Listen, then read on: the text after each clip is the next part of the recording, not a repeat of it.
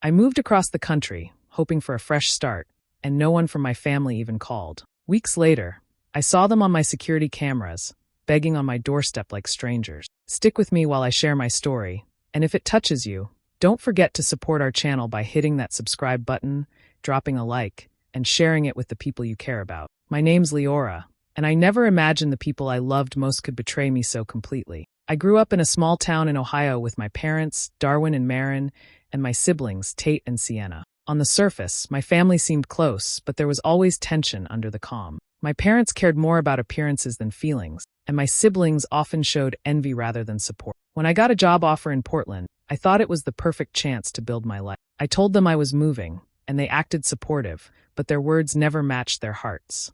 After settling in Portland, I tried calling and messaging them, but no one replied. At first, I thought they were busy, but weeks passed. The silence was deliberate. One evening, feeling uneasy, I installed security cameras around my new home. I never expected the footage to break my heart. My family appeared on my property, asking neighbors for help, searching through deliveries, and pleading to get inside. They weren't concerned about me. They were after my belongings. I watched in disbelief, my chest tight with anger and sadness. I realized then that I couldn't trust them. I needed a way to protect myself and finally teach them a lesson. I started gathering evidence, screenshots, videos, and even neighbor statements. I planned carefully, letting their own greed and arrogance expose them without me confronting them directly. A few weeks later, I staged a small crisis, pretending my savings were gone. My family rushed to help, revealing their true intentions. Every word, every gesture was recorded. I also met with a lawyer to secure my finances and make sure they couldn't touch anything. Their plans collapsed, and they were left powerless and embarrassed.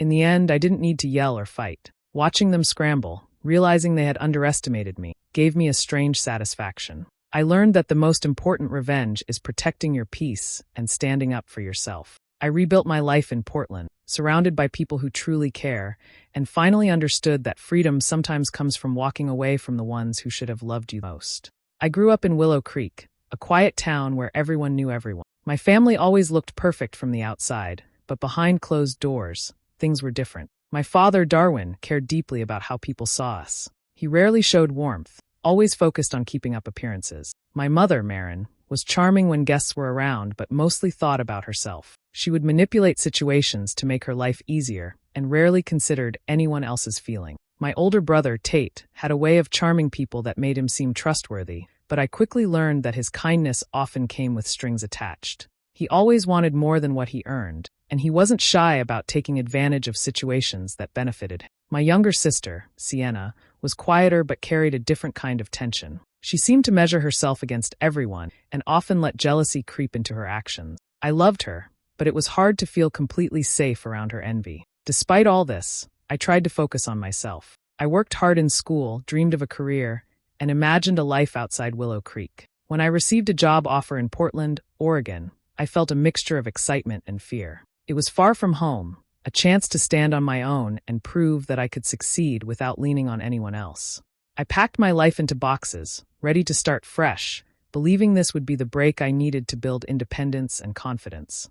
When I told my family about the move, their reactions seemed supportive. They smiled, gave me advice, and even helped with packing. But looking back, I see the subtle digs and offhand remarks now. Comments about how expensive the city would be, how I might struggle on my own, and how they would miss me, if I ever made it there, were really thinly veiled attempts to sow doubt. I wanted to believe them, but deep down, I could feel the tension. Every smile seemed just a little too practiced. Every word of encouragement carried a hidden edge. Even as I left Willow Creek, I couldn't shake the feeling that I was stepping into a situation where my family's true colors were waiting for me to discover. I wanted to trust them, to hope that distance would make them kinder, but a quiet part of me knew that things weren't as simple as they appeared. Their jealousy and resentment were subtle, but they were there, lingering like shadows I could never completely outrun. Moving felt like a leap into freedom, but also a step into the unknown, where I would have to navigate not just the challenges of a new city, but the unspoken tensions that followed me from home.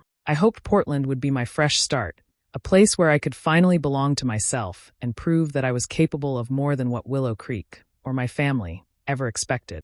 Once I settled into my new apartment in Portland, I tried to stay connected with my family. I called multiple times, sent messages, even wrote emails, hoping to share the excitement of my new life. I imagined they would be curious, maybe even proud, but every attempt was met with silence. Days passed, then weeks, and still nothing. At first, I thought they were busy or distracted, but gradually, the lack of response started to feel deliberate, like they were choosing to ignore me. The emptiness of their silence hit harder than I expected. I felt a growing unease, a knot in my stomach that refused to loosen. I remembered every laugh, every promise, every small reassurance I had once trusted. Now, each memory felt hollow, as if the foundation of our relationship was built on pretense. I couldn't understand why they would act this way. It was as though my achievements, my efforts, even my presence mattered so little that they could vanish from their minds entirely. Then little signs began to surface. Odd charges appeared in my accounts. Files seemed moved or opened without explanation. Documents I had thought were private suddenly appeared in places they shouldn't have been. The pieces started to fit together, and a chilling possibility emerged. Someone close to me was overstepping boundaries, crossing lines I had assumed were unbreakable. I began to notice patterns in small things, a familiar signature here, a casual comment there, that suggested my siblings were manipulating situations, testing what they could take without confrontation. I felt an overwhelming mix of shock, confusion, and sorrow. My trust, once unwavering, began to crumble. Every memory of support and encouragement now carried a shadow of doubt. I wondered if all the times I had confided in them, celebrated with them, or simply relied on them had been met with indifference, or worse, self-interest. The feeling of abandonment was heavy, settling into every part of my mind and heart. Emotionally, I was raw.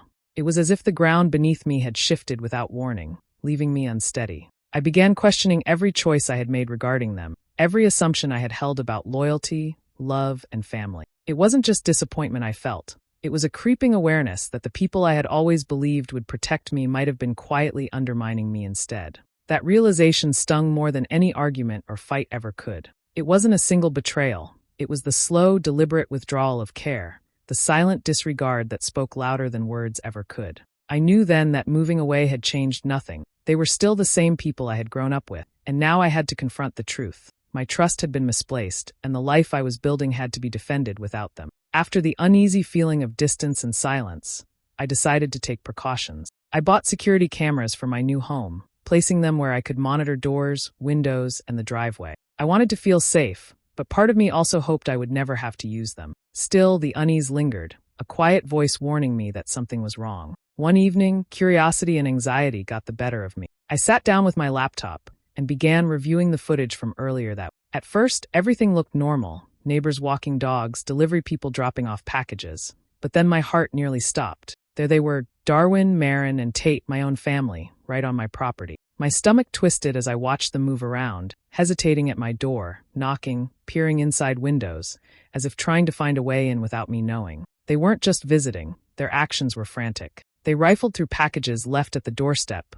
checking labels and opening boxes. I saw Marin pleading with a neighbor, her voice hushed, hands outstretched, as if begging for access. Tate kept glancing around, clearly worried someone would notice, and Darwin's expression was a mix of frustration and desperation. I could feel the intensity of their need, the lengths they were willing to go to take advantage of my absence. The realization hit me like a blow. This wasn't care, curiosity, or concern. This was opportunism. Their smiles and reassurances during my move had been empty. They hadn't forgotten about me. They had been waiting for the chance to exploit my independence.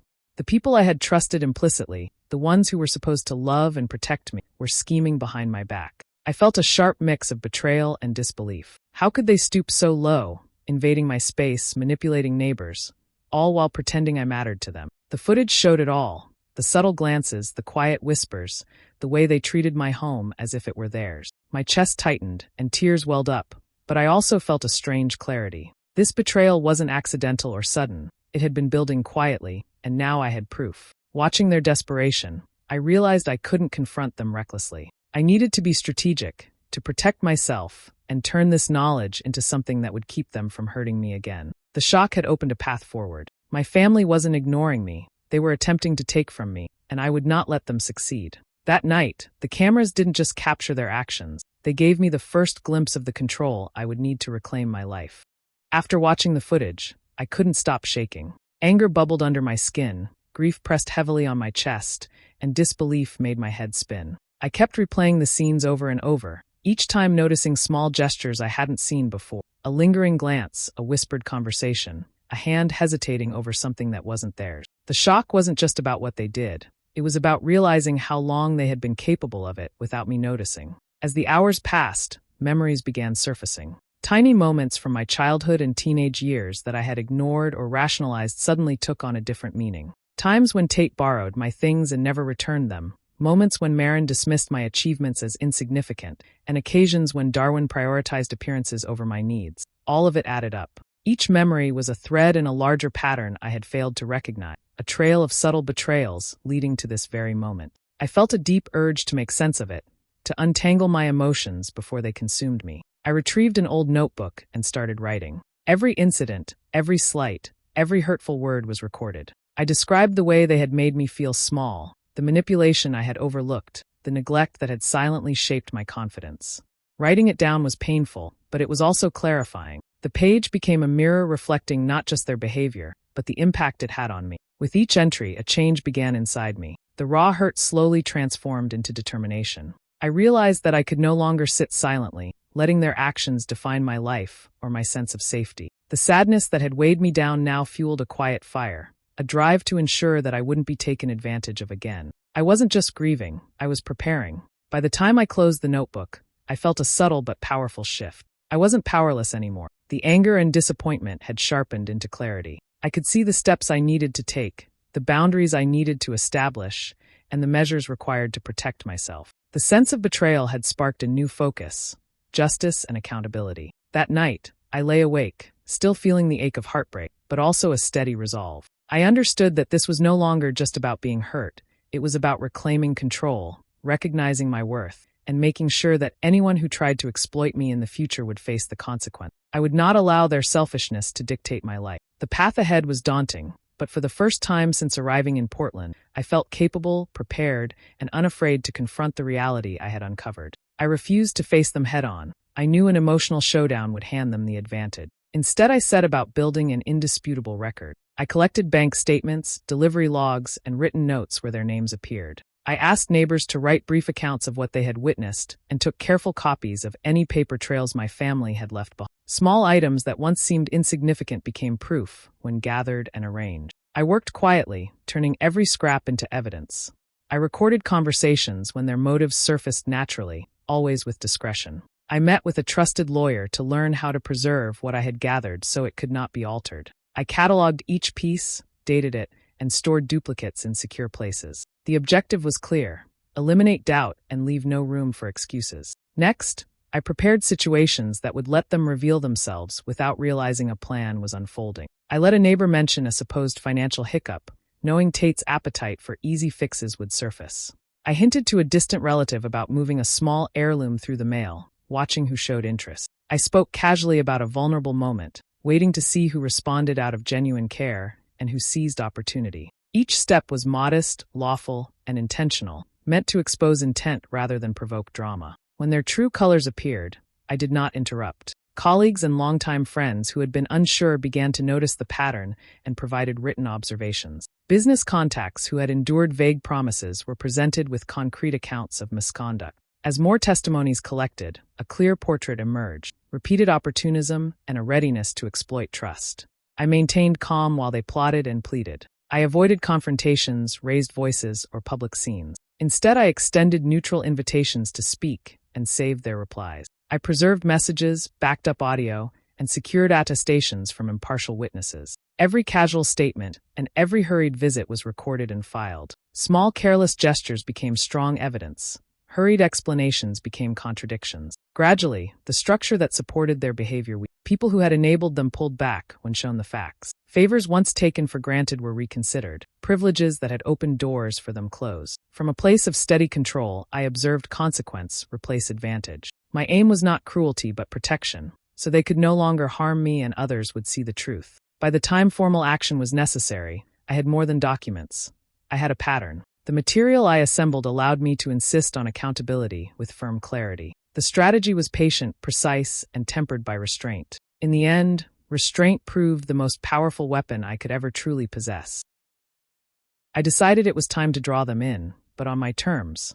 I created the illusion of a sudden financial disaster, carefully crafting a scenario where it seemed my funds had vanished. I spoke casually to neighbors and a few distant relatives, letting the story slip naturally into conversation, making sure it felt believable without raising suspicion. As I anticipated, they took the bait immediately. Tate called first, his tone deceptively concerned, offering solutions that were clearly intended to benefit him. Marin appeared shortly after, presenting elaborate plans under the guise of helping me get back on track, while Darwin tried to assert control, suggesting measures that would give him influence over my affairs. It was clear that my family's instinct was to manipulate rather than support, their words coded in false concern. I kept my composure, acting fragile enough to sustain the illusion. I invited them over under the pretext of needing urgent advice, arranging the space so that every conversation could be captured discreetly. Hidden cameras recorded their arrival, their body language, and every exchange. Their urgency, the subtle scheming, the glimmers of greed, they all became visible in ways I had only suspected before. Watching the footage live, I saw their desperation grow with every word I spoke. Tate tried to charm me into revealing account details, smiling but shifting nervously whenever I evaded. Marin grew impatient, her gestures becoming more frantic as she attempted to steer the conversation toward control. Darwin, normally composed, started pacing and making quiet remarks that betrayed frustration and a fear of losing leverage. It wasn't just about money. Their behavior revealed how deeply they had been willing to take advantage of me over the betrayal wasn't an isolated incident. It was a pattern woven into their personalities, and now it was laid bare in real time. Every expression, every feigned smile, every hurried suggestion confirmed what I had feared. The people I had trusted implicitly were more self-serving than I had imagined. Despite my heartbreak, a strange sense of clarity settled over me. I realized how much power I actually had in this moment. I didn't need to argue or beg for respect. Their own actions spoke for themselves. Their desperation highlighted the contrast between their intentions and the image they tried to project to the world. By the end of the encounter, I understood the magnitude of the betrayal. They had believed they could manipulate me again, but instead, their true characters were fully exposed. I felt the weight of years of deception, but also the first flicker of justice. This confrontation wasn't about confrontation itself. It was about revealing the truth and preparing for the reckoning that would follow. For the first time, I felt a controlled, quiet satisfaction, knowing I had outmaneuvered their selfishness without losing my composure. After witnessing their true intentions, I knew it wasn't enough to expose them informally. I needed a permanent safeguard. I scheduled a meeting with a trusted attorney, explaining the situation and presenting all the records I had collected. The lawyer listened carefully, nodding as I outlined the scope of the problem, the manipulations, and the patterns of exploitation. Together, we mapped out a plan to secure my accounts, property, and personal belongings, making it legally impossible for them to access anything. We began by setting up formal protections over my finances. Trusts, legal filings, and updated account authorizations ensured that every dollar and asset I owned was shielded from interference. The lawyer guided me through each step, advising on how to document actions meticulously so that any attempt to circumvent the rules would be immediately evident. Every precaution was thorough, leaving no opportunity for manipulation or accidental vulnerability. Next, we took steps to establish clear legal boundaries with my family. I filed the necessary paperwork to formalize the separation, severing their legal influence over my life. The documentation referenced the patterns of behavior I had recorded, proving that the actions were intentional and consistent. Every detail was precise, leaving no room for dispute. The result was undeniable. Their ability to interfere was eliminated, and my independence was fully secured. I watched, partly in disbelief and partly in satisfaction, as the consequences of their previous actions became apparent. They had assumed I would remain unaware or powerless, but I had anticipated every possible move. By the time they realized the protections were in place, it was far too late. Their surprise and frustration were palpable, and for the first time, I saw them without the veneer of authority or control they had always relied on. Finally, a profound sense of control settled over me. The combination of evidence, preparation, and legal reinforcement gave me a clarity I had not felt in years. I no longer feared their intrusion or manipulation. I could walk away from the anxiety, the sleepless nights, and the constant worry about what they might attempt next. I had transformed my vulnerability into strength, using patience, foresight, and strategy to reclaim my life. In that moment, I recognized my own resilience. Every step, every careful decision, and every piece of documentation had reinforced my independence. I felt closure, not through retaliation or anger, but through preparation and intelligence. I had turned the situation to my advantage, proving not only that I could protect myself, but that I could do so calmly and decisively. The power was mine finally, and it was permanent. Once my legal protections were in place, I shifted my focus to ensuring the truth reached those who needed to see it. I began by carefully sharing the patterns of dishonesty and opportunism with extended family members. I didn't broadcast accusations wildly, but selected those who had influence and could recognize the gravity of the behavior. I presented documented examples of their repeated attempts to manipulate, always keeping my tone factual and restrained. Next, I reached out privately to neighbors and business contacts who had been unwittingly caught in my family's schemes. I shared the recordings and written accounts I had compiled, framing the information to make clear how their actions had unfolded over time. People were able to witness the behaviors without distortion, seeing how each move had been calculated for personal gain rather than any genuine concern for me. The reactions were immediate and telling. Those who had once treated my family with blind trust began to question them. Friends and associates who had previously enabled their manipulations stepped back. Invitations were reconsidered, partnerships paused, and casual social interactions became guarded. The veneer of respectability my family had relied on started to crack, and cracks quickly spread into wider visibility. It was a strange but satisfying experience to watch them confront the reality they had ignored for so long. Their attempts to maintain control now backfired, and the embarrassment was apparent. Family gatherings became tense, casual conversations carried awkward glances, and private whispers acknowledged their misjudgments. It was subtle, not explosive, but the consequences were undeniable. They could no longer operate as if their actions were inconsequential. Throughout the process, I maintained calm and poise. I didn't seek to humiliate or punish them unnecessarily. My goal was never cruelty, only justice and clarity. Each revelation was handled with restraint, allowing their behavior to speak for itself while protecting my integrity. I felt the growing sense of vindication quietly, without arrogance, as those around them finally recognized the truth I had known for years. Emotionally, I felt stronger than I had in a long time. The tension, worry, and fear that had weighed me down began to lift. Watching them navigate the fallout of their own making confirmed that careful planning, patience, and evidence could triumph over deception.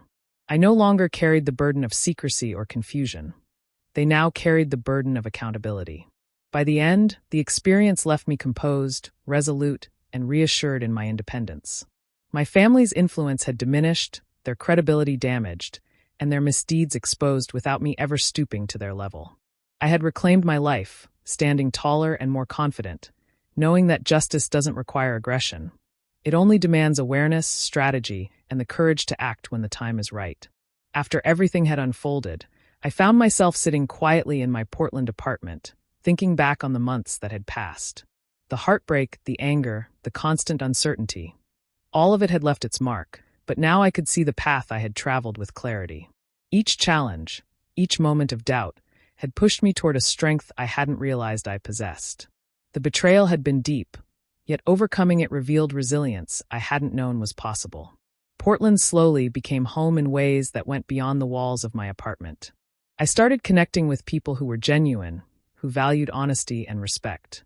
I built friendships based on mutual care, not obligation or expectation. I established clear boundaries, learning to say no when necessary and to recognize when someone's intentions were self-serving. For the first time in years, I felt a sense of control over my relationships, a freedom that came from knowing I could choose who to allow into my life. Each day, I noticed small ways my independence strengthened me. Simple routines like walking to the nearby market, hosting a quiet dinner with friends, or spending hours reading without distraction became symbols of the autonomy I had claimed. I no longer carried the weight of anticipating manipulation or worrying about hidden agendas. The sense of liberation was subtle but profound, like a tension being released from my shoulders. Reflecting on the events, I realized that the greatest revenge wasn't retaliation or causing pain. It wasn't about embarrassment or retribution. The most meaningful victory was reclaiming my peace and ensuring that no one could undermine the life I had built. By protecting myself, by standing firm and taking thoughtful action, I had created a space where I could thrive without fear. I could finally appreciate the clarity that came with distance and strategy. The people who had once seemed indispensable now appeared as they were, flawed, self-interested, and ultimately powerless to affect my future. And in that realization, I discovered a profound truth about strength and freedom. Sometimes, the people who say they love you the most are the ones you must protect yourself from. But in standing up for myself, I finally found freedom. I had faced betrayal, navigated manipulation, and emerged not only unbroken but stronger, wiser, and more self-assured than ever. Portland had given me a fresh start, and I embraced it fully, knowing that my life was now truly my own. Do you think I handled my family the right way by protecting myself? Or should I have tried to forgive them? I'd love to hear your thoughts in the comments. And if you want more stories like mine, subscribe and hit the bell.